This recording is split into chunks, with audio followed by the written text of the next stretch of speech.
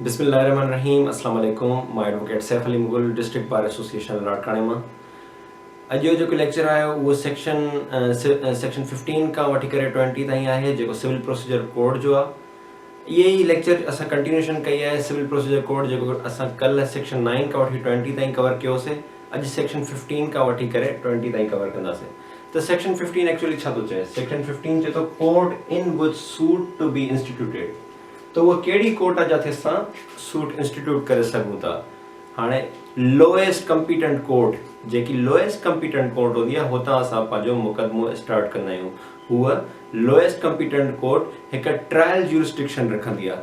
Lowest competent court खां को बि सिविल सूट जेको आहे इंस्टीट्यूट थींदो आहे ऐं हुतां हिकिड़ी बिगिनिंग वठंदो आहे, हुतां ओरिजिनेट थींदो आहे। ओरिजिनेट थी करे लेटर स्टेजिस ते मथे अगर अपील में वञिणो आहे त अपील में वेंदो। अगर मुक़दमे में तव्हांखे कंहिं हायर पिक्यूनियरी ज्यूरिस्डिक्शन जो आहे त पोइ उहो मथे फॉरम ते वेंदो। हाणे हाई कोर्ट के सिंध में सिवाय अंदरूनी सिंध काउंटी सिर्फ़ु कराची जी ॻाल्हि थो कयां त हाई कोर्ट के ट्रायल ज्यूरिस्डिक्शन बि आहे ऐं अपीलेट ज्यूरिस्डिक्शन बि आहे। हाई कोर्ट के सिर्फ़ु ऐं सिर्फ़ु अगर अपीलेट ज्यूरिस्डिक्शन अंदरूनी सिंध में त अपीलेट ज्यूरिस्डिक्शन आहे, पर कराची में अगर हो हिकिड़ी ट्रायल ज्यूरिस्डिक्शन त रखे त उन सां गॾु अपीलेट ज्यूरिस्डिक्शन बि रखे थो, पर हुन जी का लिमिट सेट थियल आहे। फॉर एग्जाम्पल 1.5 करोड़ खां अगर 1.5 करोड़ खां मथे जो मुक़दमो आहे कराची में त हाई कोर्ट में हो इंस्टीट्यूट थींदो, न कि लोअर कोर्ट में। पर जॾहिं असां अंदरूनी सिंध में था हुजूं एक्सेप्ट कराची, त जेको असांजो अनलिमिटेड ज्यूरिस्डिक्शन आहे उहा असांजी सिविल जज ग्रेड 1 खे ॾिनी वई आहे। जो सिविल जज ग्रेड 1 जेके असां सीनियर सिविल जज बि चवंदा आहियूं, उनखे हो हिकु अनलिमिटेड पिक्यूनियरी ज्यूरिस्डिक्शन्स जा पावर्स मिलियल आहिनि। त यानी केतिरी बि मालियत जो उहो जेको मुक़दमो आहे सिविल मुक़दमो उहो स्टार्ट करे सघे थो। पर कराची में ईअं न आहे। कराची में अगरि बिलो 1.5 करोड़ जेके बि मुक़दमा हूंदा उहे तव्हांजा स्टार्ट थींदा सीनियर सिविल जज खां, ऐं जेके बि 1.5 खां मथे हूंदा 1.5 करोड़ खां मथे हूंदा उहो हाई कोर्ट में ओरिजिनेट थींदा। उहो ट्रायल ज्यूरिस्डिक्शन बि रखे थो। हाणे सिविल मुक़दमो जेको बि हूंदो सेक्शन 15 चए थो उहो लोएस्ट कंपीटेंट कोर्ट खां स्टार्ट थींदो। हाणे लोएस्ट कंपीटेंट कोर्ट कहिड़ी हूंदी आहे? उहा कोर्ट जंहिं वटि ट्रायल ज्यूरिस्डिक्शन मौजूदु हूंदी आहे, जंहिंखे सूट ओरिजिनेट करण जी ज्यूरिस्डिक्शन हूंदी आहे, जिथां सिविल सूट जेको आहे हिकु बुनियाद वठंदो आहे। त सेक्शन 15 चए थो every suit shall be instituted in the court of the lowest grade competent to try it। यानी लोएस्ट ग्रेड जेके ट्रायल ज्यूरिस्डिक्शन हुजे। लोएस्ट ग्रेड कहिड़ी हूंदी आहे? सिविल कोर्ट, जेकी अंडर हूंदी आहे सिविल जजिस जे, ऐं हुन में बि सिविल जजिस में बि ग्रेड्स हूंदा आहिनि। सिविल जज ग्रेड 3, 2, 1। ग्रेड 3 जी जेकी पिक्यूनियरी ज्यूरिस्डिक्शन आहे ऐं टेरिटोरियल ज्यूरिस्डिक्शन आहे, हो डिफाइंड आहे। ऐं ग्रेड 2 जी बि पिक्यूनियरी प्लस टेरिटोरियल डिफाइंड हूंदी आहे। ऐं जेकी सिविल जज ग्रेड 1 जेके असां सीनियर सिविल जज चवंदा आहियूं, हुन जी पिक्यूनियरी ज्यूरिस्डिक्शन अनलिमिटेड हूंदी आहे। प्लस में मां अंदरूनी सिंध जी ॻाल्हि कयां, प्लस में ऐं जेकी हुनखे टेरिटोरियल ज्यूरिस्डिक्शन बि मिलियल हूंदी आहे। हिन लाइ मां हिकिड़ी हायरार्की तव्हां लाइ ड्रॉ थो कयां ताकी शयूं वधीक क्लियर थी सघनि।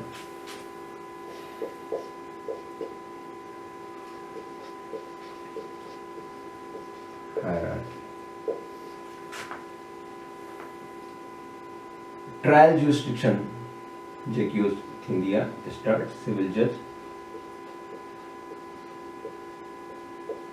ग्रेड 3, अगर उन पिक्यूनियरी ज्यूरिस्डिक्शन सब्जेक्ट मैटर सां हुआ सिविल जज जेके सीनियर सिविल जज, उन खां पोइ हाई कोर्ट, उन खां पोइ हाई कोर्ट ईंदो आहे। हाणे हिन जी फॉर एग्जाम्पल तो चवां मां तव्हांखे 10 लाख आहे, इन जी 15 लाख। हाणे हे जेकी बि आहे accept Karachi in all over the Sindh हिन वटि ट्रायल ज्यूरिस्डिक्शन आहे, हिन सिर्फ़ु ऐं सिर्फ़ु ट्रायल ज्यूरिस्डिक्शन, अपीलेट ज्यूरिस्डिक्शन न आहे। अगरि तव्हां हिन जे कंहिं बि मुक़दमे खां इन जे कंहिं बि जजमेंट खां तव्हां सेटिस्फाई न आहियो त तव्हां अपील सीनियर सिविल जज खे कॾहिं बि नथा करे सघो। तव्हां अपील लाइ हायर फॉर्म ॾींदो जेको हूंदो आहे डिस्ट्रिक्ट जज, उन डिस्ट्रिक्ट कोर्ट। अगरि सिविल मुक़दमो आहे त असां चवंदासीं डिस्ट्रिक्ट कोर्ट, अगरि क्रिमिनल मुक़दमो आहे त असां सेशन कोर्ट। त इहे आहे हिकिड़ी चेयर पर पोस्ट ॿ हूंदियूं आहिनि, डिस्ट्रिक्ट प्लस चवंदा आहिनि डिस्ट्रिक्ट एंड सेशंस जज, डिस्ट्रिक्ट एंड सेशन कोर्ट। त इहे हिकिड़ी चेयर हूंदी आहे, पर हिन जेके हेल्पिंग हैंड्स हूंदा आहिनि डीजे जा हूंदा आहिनि ADJs. Actually ADJs are the helping hands of DJ। हिननि वटि सेम पेक्यूनियरी ज्यूरिस्डिक्शन हूंदी आहे, प्लस में इहे एपीलेट ज्यूरिस्डिक्शन बि रखंदा आहिनि। पंहिंजी जेके बि पावर्स आहिनि उहे डीजे वारा ADJs वटि हूंदा आहिनि। त सेम टू सेम मुक़दमो न फर्स्ट एडिशनल वटि, सेकंड एडिशनल, थर्ड एडिशनल, इहो एक्चुअली तादाद आहे, हेल्पिंग हैंड्स आहिनि इहे तादाद आहे, डीजे जी तादाद हूंदी आहे। पर हे जेके बि आहिनि इहे तव्हांजी तादाद न आहिनि, हे तव्हांजी ज्यूरिस्डिक्शन था, पेक्यूनियरी ज्यूरिस्डिक्शन था तव्हांजी ॿुधाइनि त हिनखे केतिरी मालियाती पेक्यूनियरी ज्यूरिस्डिक्शन मिलियल आहे, हिनखे 10 lakhs जी मिलियल आहे, हिनखे 15 lakhs जी मिलियल आहे, हिनखे अनलिमिटेड मिलियल आहे ऐं हिनखे हिते अनलिमिटेड मिलियल आहे। डीजे अपीलेट कोर्ट आहे, हिनखे सिर्फ़ु ऐं सिर्फ़ु अपीलेट ज्यूरिस्डिक्शन मौजूदु हूंदी आहे। त हे तव्हांजी हिकिड़ी ज्यूरिस्डिक्शन हुई। ऐं अगरि असां कराची जी ॻाल्हि कयूं,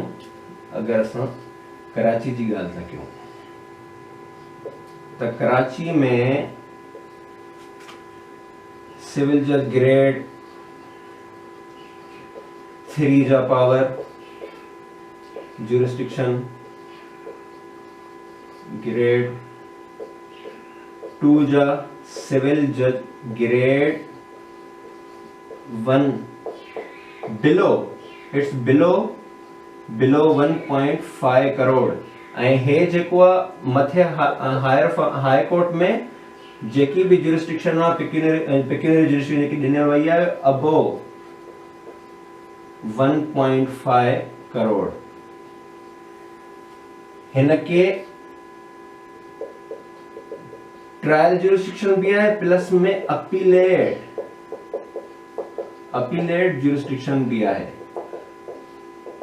मां हाई कोर्ट की गाल तो क्या, हाई कोर्ट में अगर 1.5 करोड़ का मथे जो मुकदमो तो डायरेक्ट ता हाई कोर्ट में भी ता पांजो मुकदमो ता पांजो सिविल सूट जेको इंस्टीट्यूट ता करे सको, न के हेठ। हिते असां अनलिमिटेड ज्यूरिस्डिक्शन, हिते खरब अरब जेतिरो भी करोड़न जो जे 10 करोड़ 12 करोड़ खणी हिकिड़ो अरब हुजे, पर जेको सूट इंस्टीट्यूट थींदो एक्सेप्ट कराची हो हेठां स्टार्ट थींदो, हो सिविल जज ग्रेड 1 का स्टार्ट थींदो। सिविल जज ग्रेड 1 जेको सीनियर सिविल जज हूंदो आहे। पोइ जेकॾहिं तव्हांखे उनजी कंहिं बि जजमेंट त तव्हां सेटिस्फाई न आहियो तब तव्हां अपील करे डिस्ट्रिक्ट कोर्ट ॾे वञो, पोइ तव्हां हायर फॉर्म्स ॾे वञी सघो था। पर डायरेक्ट तव्हां कॾहिं बि हाई कोर्ट में पंहिंजो जेको मुक़दमो आहे, पंहिंजो जेको सिविल सूट आहे इंस्टीट्यूट नथा करे सघो। इहा हिकिड़ी हिन सेक्शन 15 जी शर्त आहे। त एक्चुअली बार ना है, पर तव्हांजो ज्यूरिस्डिक्शन तव्हांजी जेके भी हायर फॉर्म्स आहिनि तव्हां उन ते हिकिड़ो बर्डन नथा विझी सघो। त तव्हां हमेशह ऑलवेज तव्हां हेठां स्टार्ट कंदव, ट्रायल कोर्ट खां। सिविल जज त स्टार्ट थींदो, सिविल जजिस ग्रेड जेकॾहिं अनलिमिटेड त हुतां सिविल जज ग्रेड 1 ऐं 2 त हुन स्टार्ट थींदो। त मां तव्हां टेक्स्ट रीड कयो, every suit shall be instituted in the court of lowest grade competent to try it. हमेशह सिविल मुकदमो trial court jurisdiction means lowest competent court जेकी सिविल कोर्ट ग्रेड 1 2 3 जे अंडर ईंदी आहे हुतां स्टार्ट थींदो। त हे सेक्शन 15। हाणे हलूं था सेक्शन 16 ॾे। हे तो suit to be instituted where subject matter situated हमेशा हे इमूवेबल प्रॉपर्टी जी गाल तो करे हमेशा सूट उते दाखिल थींदो जाथे जाथे सब्जेक्ट मैटर सिचुएटेड होंदो जाथे सब्जेक्ट मैटर लोकेट होंदो जाथे सब्जेक्ट मैटर एक्चुअली में होंदो त हुते हुते तहां जेको पांजो सिविल सूट इंस्टीट्यूट था करे सको तो हुन लाए मां टेक्स्ट रीड तो क्या तहां लाए त हिते लिखियो सब्जेक्ट टू द पेक्यूनियरी और limitations prescribed by any law pecuniary jurisdiction के सामने रखी करे जे सेक्शन 6 में पेक्यूनियरी जुरिस्डिक्शन डिफाइंड आ हुन के सामने रखी करे एंड और अदर लिमिटेशंस छा मतलब अदर लिमिटेशंस जे सेक्शन 10 11 12 में पढ़ी है section 10 res sub judice section 11 res sub judicata and section 12 bar to further suit तो वो एक्चुअली लिमिटेशंस वो मां प्रीवियस पंहिंजे लेक्चर में बुधाया आया तो वो तव्हां अगरि पोइ वीडियो तव्हां ॾिसंदो त तव्हांखे वधीक शइ क्लियर थींदी जेको सेक्शन 9 खां वठी करे मां 12 ताईं सेक्शंस पढ़ाया आहिनि त मां तव्हां लाइ रीड कयो त सब्जेक्ट टू पेक्यूनियरी और other limitations prescribed by any law इहो मां तव्हांखे ॿुधायो त जेके लिमिटेशंस आहिनि सेक्शन 10 11 ऐं 12 जूं हुननि खे नज़र में रखी करे ऐं पेक्यूनियरी जुरिस्डिक्शन खे नज़र में रखी करे असां जेको आहे सूट इंस्टीट्यूट कंदासीं हुते इंस्टीट्यूट कंदासीं जाथे तव्हांजो सब्जेक्ट मैटर लोकेट कंदो जाथे तव्हांजो सब्जेक्ट मैटर सिचुएटेड हूंदो त हाणे अगरि क्लास ए ॾे हलूं हाणे हे कुझु पॉइंट्स आहिनि जेके मां तव्हां सूट इंस्टीट्यूट कहिड़ी बेसिस ते करे सघो था छाजे लाइ करे सघो था कहिड़ी शइ लाइ करे सघो था त हे लिखियल आहे for the recovery of property अगरि प्रॉपर्टी जी रिकवरी आहे कहिड़ी प्रॉपर्टी इमूवेबल प्रॉपर्टी अगरि प्रॉपर्टी जी रिकवरी आहे त उन लाइ तव्हां हुते सूट दाख़िल कंदो जाथे उहा प्रॉपर्टी मौजूदु हूंदी ॿियो जेको आहे for the partition of the immovable property अगरि प्रॉपर्टी जा हिसा करणा आहिनि अगरि प्रॉपर्टी जा हिसा करणा आहिनि त हुन प्रॉपर्टी जे हिसनि लाइ असां हुते कंदासीं जाथे सिविल मुक़दमो हुते इंस्टीट्यूट कंदासीं जाथे उहा प्रॉपर्टी लोकेट थियल हूंदी जाथे उहा प्रॉपर्टी सिचुएटेड हूंदी ऐं ॿियो आहे त फॉर द फोरक्लोजर सेल और redemption in the case of mortgage हिन में मॉर्गेजी ऐं मॉर्गेजर जा राइट्स ॿुधाया विया आहिनि ठीकु आहे ॿियो डी आहे for the determination of any other right ॿियो कोई बि इमूवेबल प्रॉपर्टी जो राइट जेको तव्हांखे डिटरमाइन करणो आहे सिविल कोड खां त हुन शइ जे लाइ बि हुन शइ लाइ बि determination of any other right को बि हुन प्रॉपर्टी फॉर एग्जांपल तव्हांजो थींदो आहे डिक्लेरेशन जो सूट आहे फॉर एग्जांपल के टाइटल जो मसलो आहे एनीथिंग त हो जेको आहे उन लाइ हुते थींदो जाथे उहा प्रॉपर्टी लोकेट थियल त मुक़दमो हमेशह हुते ई दाख़िल थींदो जाथे जंहिं प्रॉपर्टी तव्हांखे कोई राइट डिक्लेयर कराइणो आहे कोई राइट तव्हांखे जेको आहे डिक्लेरेशन कराइणी आहे कंहिं बि हुन इमूवेबल प्रॉपर्टी जी राइट जी तव्हांखे पोइ हुते कराईंदो जाथे उहा प्रॉपर्टी लोकेट थियल हूंदी अॻिते for compensation of wrong to immovable property कंहिं इमूवेबल प्रॉपर्टी खे नुक़सानु पहुतो आहे कोई रॉन्ग थियो अहिड़ो त असां हुन सूरत में बि सूट इंस्टीट्यूट करे सघंदा जाथे उहो रॉन्ग थियो आहे प्रॉपर्टी जो for recovery of movable property under the attachment हाणे हिते इमूवेबल प्रॉपर्टी जूं ॻाल्हियूं ख़तमु थियूं मथे हाणे मूवेबल प्रॉपर्टी जी रिकवरी जी ॻाल्हि थी करे जेकी अटैचमेंट आहे अटैचमेंट कंहिंजी सरकारी का बि सरकार सां गॾु का बि अहिड़ी मूवेबल प्रॉपर्टी अटैच आहे त उहो हुते थींदी जाथे उहो सरकारी ऑफिस हूंदी जाथे उहा जेकी आहे मूवेबल प्रॉपर्टी लोकेट हूंदी त हुन जुरिस्डिक्शन ते हुन लोकल लिमिट्स जेके बि आहिनि जुरिस्डिक्शन हुते तव्हां सूट इंस्टीट्यूट करे सघो था त हे अबाउट सेक्शन 16 हाणे हलूं था सेक्शन 17 जे तरफ़ Here suits for immovable properties situate within the jurisdiction of different courts. Here very interesting section है। तो हिन में है या तो अगर का प्रॉपर्टी है का immovable property है for example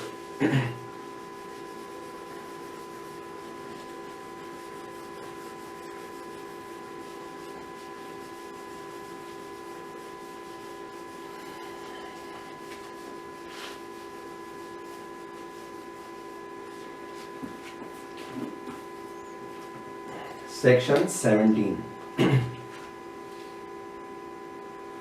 अच्छा काड़ी प्रॉपर्टी है जंहिंजी एराज़ी तमामु वॾी आहे, वो एतिरी त वॾी आहे जो मुख़्तलिफ़ ज्यूरिसडिक्शंस उन ते ओवरलैप पियूं कनि। फॉर एग्जांपल हिकिड़ी हे ज्यूरिसडिक्शन थी हिनखे टच करे कंहिं लोएस्ट कम्पीटेंट कोर्ट जी का हे पी टच करे, मीन्स हिक खां वधीक जेके बि ज्यूरिसडिक्शन उनखे मुख़्तलिफ़ कोर्ट्स थियूं अगरि टच थियूं कनि त तव्हां हिन में त तव्हां उहो पोइ सिविल मुक़दमो किथे दाख़िल कंदो, उहो तव्हां सिविल मुक़दमो हमेशह हुते दाख़िल कंदो जिथे का बि ज्यूरिसडिक्शन उन प्रॉपर्टी ते टच करे, भले घटि ज्यूरिसडिक्शन हुजे या वधीक ज्यूरिसडिक्शन हुजे या स्मॉल प्रॉपर्टी जो उन इमूवेबल प्रॉपर्टी जी थोड़ी बि लिमिट, थोड़ी बि एराज़ी अगरि कंहिं बि ज्यूरिसडिक्शन सां टच करे त तॾहिं बि त इहो तव्हां सूट हुते त दाख़िल करे सघो जिथे ये प्रॉपर्टी हुजे। इन लाइ मां टेक्स्ट तो रीड कयां ताकि क्लियर थी सके वधीक तव्हांखे शइ। Where a suit is to obtain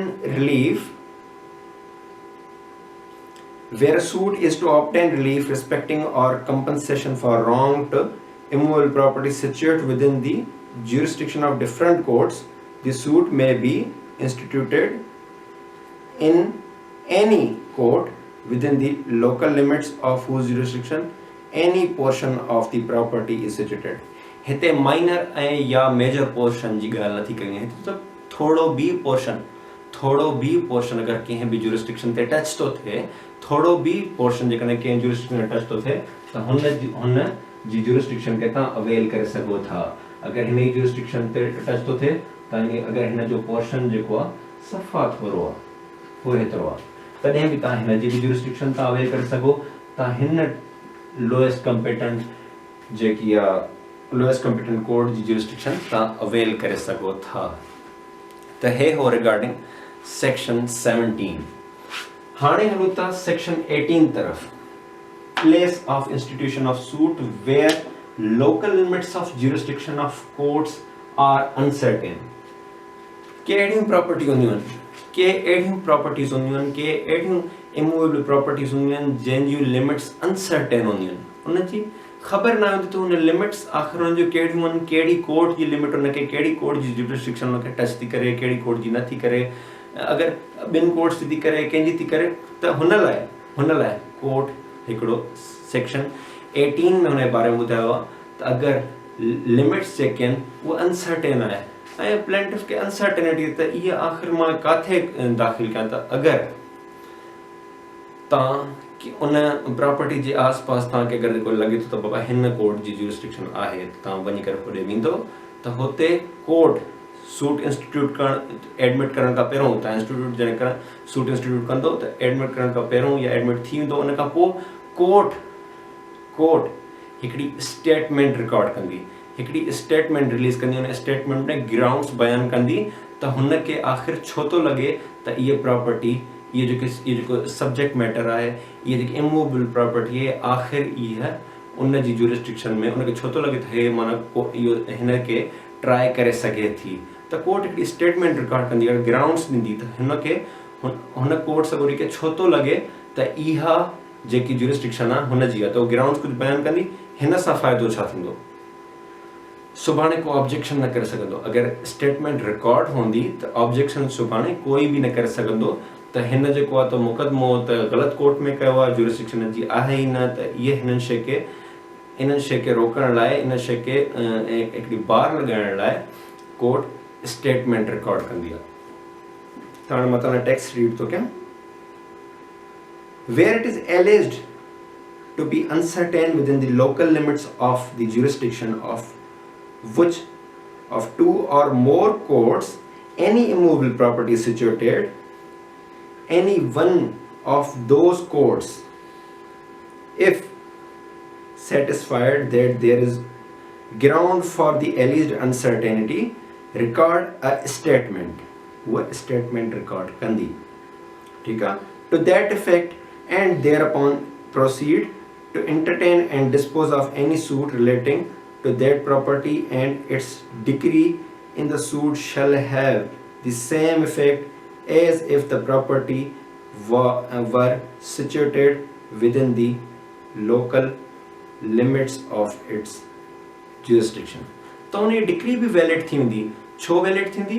बाद में अगर स्टेटमेंट नथा रिकॉर्ड कयो, अगर कोर्ट स्टेटमेंट थिए तो सुभाणे कोई ऑब्जेक्शन कंदो त हो जेको आहे तव्हांजी डिक्री सेटिसाइड थी सघे थी। तंहिं करे तव्हांजी प्रोटेक्शन लाइ कोर्ट स्टेटमेंट ॾींदी आहे, हुनमें ग्राउंड्स बयानु कंदी। पोइ कोई बि सुभाणे कोई ऑब्जेक्शन नथो राइज़ करे सघे, छो जो करे कोर्ट सगोरी तव्हांखे प्रोटेक्ट करे छॾियो, तव्हांखे हिकिड़ो शेल्टर ॾेई छॾियईं स्टेटमेंट ॾेई करे। त हाणे section 19 suit for compensation for wrongs to person और मूवेबल प्रॉपर्टी। हाणे रॉन्ग्स टू पर्सन छा आहे? अगर को भी रॉन्ग थियो आहे, if the wrong was done, what is wrong was done? Wrong was done in the cause of action. जाथे कॉज ऑफ एक्शन थियो हुते त सूट इंस्टीट्यूट प्लस में जाथे पर्सनल ओबीडियंस हुजे, जाथे पर्सनल ओबीडियंस हुजे। पर्सनल ओबीडियंस छा हूंदी आहे? पर्सनल ओबीडियंस हो हूंदी आहे जाथे, यानी अगर जाथे डिफेंडेंट रिजाइड कंदो हुजे, जाथे बिजनेस कैरी कंदो हुजे ऐं जाथे हो वर्क कंदो हुजे फॉर गेन, ये पर्सनल ओबीडियंस होंदी आहे। ये पर्सनल ओबीडियंस डिफेंडेंट के एक्सेस करण लाइ हूंदी आहे। अगर डिफेंडेंट तो ज़ाहिर सी ॻाल्हि आहे पंहिंजी परमानेंट एड्रेस जिथे रिजाइड कंदो होॾां त नथो वञी सघे। इन सां ॿ फ़ाइदा थींदा। तव्हांजी डिक्री, तव्हांजी डिक्री जेकी आहे उहा एग्जीक्यूट जल्दी थी वेंदी।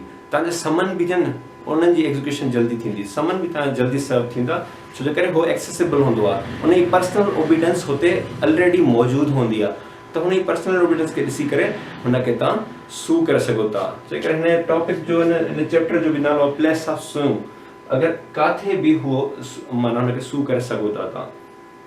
त पर्सनल ओबीडियंस जो ज़िक्र सेक्शन 16 में भी आहे। सॉरी मां तव्हांखे न ॿुधाए सघियुमि, सेक्शन 16 में भी आहे। त अगर त प्रॉपर्टी ऑलरेडी जाथे मौजूद हूंदी तव्हां हुते तव्हां दाख़िल था करे सघो। सेकंड, जाथे पर्सनल ओबीडियंस हूंदी। त सेक्शन 16 जो मां तव्हांखे पढ़ी ॿुधायां थो। Provided that a suit to obtain relief respecting or compensation for wrong to immovable property held by or on behalf of defendant may, where the relief sought can be entirely obtained through his personal obedience। ये section 16 जी तो ॻाल्हि कयां मां। हिकु त वो जाथे property locate होंदी हुते तव्हां दाख़िल कंदो। सेकंड, जाथे हुनजी पर्सनल ओबीडियंस पॉसिबल होंदी तव्हां हुते भी सूट इंस्टीट्यूट करे सघो था। Either in the court within the local limits of whose jurisdiction the property is situated, or in the case of suit referred to in clause C at the place where the cause of action has wholly or partially arisen, or the court within the local limits of whose jurisdiction the defendant actually and voluntarily resides or carries on business or personally works for gain। तो हिन भी साॻी personal obedience वारी ॻाल्हि कई। अच्छा, आख़िर में सेक्शन 19 में भी पर्सनल ओबीडियंस जो ही ज़िक्र आहे। सेक्शन 19 में जेकी तव्हांखे मां टेक्स्ट रीड थो कयां ताकि शयूं क्लियर थी सघनि। हिते लिखियलु आहे, where suit is for compensation for wrong done to a person or to movable property if the wrong was done। wrong was done हिते हिन जो मतिलबु आहे कॉज ऑफ एक्शन। जाथे कॉज ऑफ एक्शन थियो, रॉन्ग वाज, हालांकि cause of action ते direct न लिखियलु, पर हिते लिखियलु आहे wrong was done। ये तो wrong was done means cause of action। Where wrong was done within the local limits of the jurisdiction of one court and the jurisdiction resides, and the defendant resides or carries on business or personally works for gain within the local limits of the jurisdiction of another court, the suit may be instituted at the option of the plaintiff in either of the said court। Plaintiff के option मिली हुई थे, तो जाथे cause of action थियो या जाथे personal obedience possible आहे डिफेंडेंट जी, हुते सूट इंस्टीट्यूट करे सके थो। तो सेक्शन 19 हुयो। हाणे सेक्शन होता है 20 तरफ। अदर ये भी सेम सेक्शन 20 भी साॻी ॻाल्हि थो करे। सेक्शन 20 चए थो other suits to be instituted, जेके ॿिया सूट आहिनि where defendant resides or cause of action arises, ये भी साॻी ॻाल्हि थो करे। जाथे पर्सनल ओबीडियंस पॉसिबल हुजे त हुते ई तव्हां सूट इंस्टीट्यूट करे सघो था। त हे सेक्शन 15 का 20 जो मेन हेडिंग आहे प्लेस ऑफ सूइंग। तव्हां काथे मूवेबल प्रॉपर्टी जाथे कॉज ऑफ एक्शन थियो, इमूवेबल प्रॉपर्टीज रिलेटेड अनसर्टेनिटी आहे, ये जाथे जुरिस्डिक्शन जो मसलो आहे, जाथे कोलाइड थियूं कनि, प्रॉपर्टी तमामु घणी लार्ज आहे, पोर्शन्स था थींदा आहिनि त पोइ केडी ॾिनो वेंदो ऐं या लोकल लिमिट्स अनसर्टेन आहिनि त रिगार्डिंग इहे हिकिड़ा चंद सेक्शन्स आहिनि जेके लॉ गेट जे सिलेबस में ॾिना विया आहिनि ऐं जेके तमामु इम्पॉर्टेंट आहिनि त हिननि मां ई MCQs ईंदा इन्हनि सेक्शन्स मां ई तव्हांखे प्रिपरेशन करणी पवंदी हिन सां गॾोगॾु वीडियो खे ॾिसण सां गॾोगॾु तव्हांखे टेक्स्ट बि रीड करणो पवंदो छो करे टेक्स्ट खे रीड कंदो तव्हांजा वधीक कॉन्सेप्ट क्लियर थींदा हालांकि मां अहिड़ी का शइ छॾी न आहे टेक्स्ट में त जेकी तव्हांखे माना बाद में कवर करणी पए सेम शइ आहे जेकी मां तव्हांखे एक्सप्लेन करे रहियो उहे साॻियूं शयूं तव्हांजे हिते लिखियल आहिनि त उमेद आहे तव्हांखे अॼु जो लेक्चर वणियो हूंदो ऐं तव्हां इन मां तव्हांखे लॉ गेट जे एग्ज़ाम में इन सेक्शन्स मां हिन वीडियो सीरीज़ मां तव्हांखे तमामु घणो फ़ाइदो मिलंदो ऐं best of luck for your exams thank U